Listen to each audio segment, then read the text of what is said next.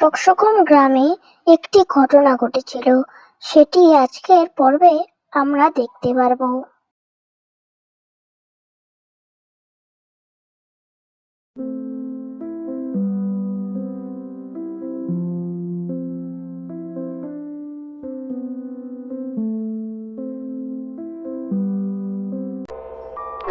আমি বাজারে গেলাম। ঠিক আছে মা। আচ্ছা বাবা। এই বলে সেখান থেকে তারা চলে যায় এবং একটা রাক্ষস ডাইনি গরু সেখানে হাজির হয়। সেই দেখে তারা কোনো মতে দৌড়ে দৌড়ে ভাগতে থাকে।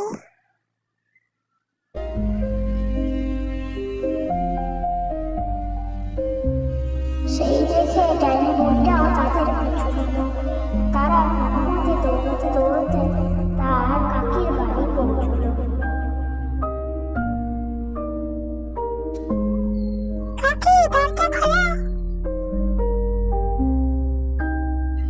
আমাদের বাড়িতে একটা ডাইনি বুড়ি ঢুকে পড়েছে। কি? তাই নাকি?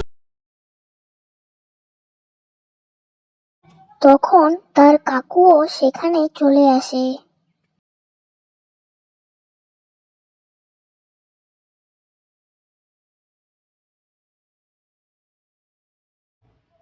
আরে, এরা কেন এসেছে এখানে? তোমরা কেন এসেছো এখানে? বলো আমারে, তাহলে আমি কিছু সমস্যার সমাধান করতে পারি কিনা।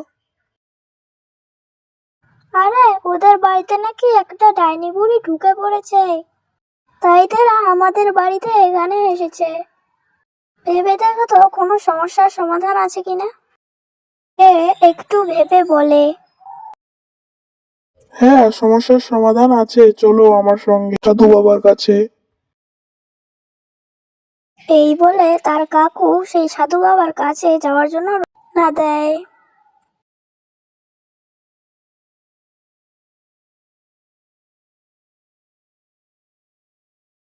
তারা সবাই এক এক করে সেখান থেকে চলে যায় সেই সাধু বাবার কাছে।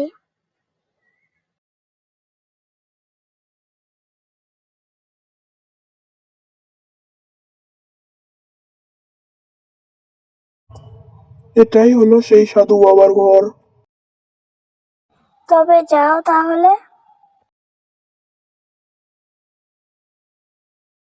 সে সাধু বাবার কাছে চলে আসে।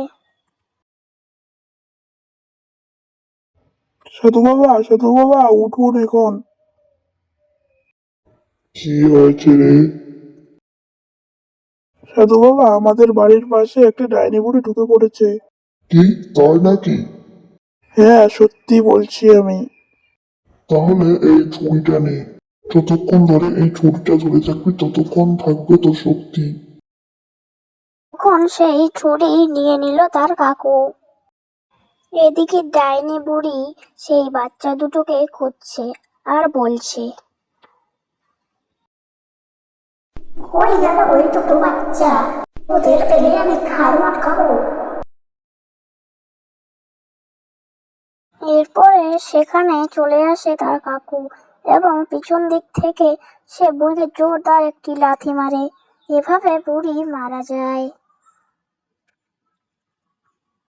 এভাবেই শেষ হয় ডাইনি বুড়ির কাহিনী।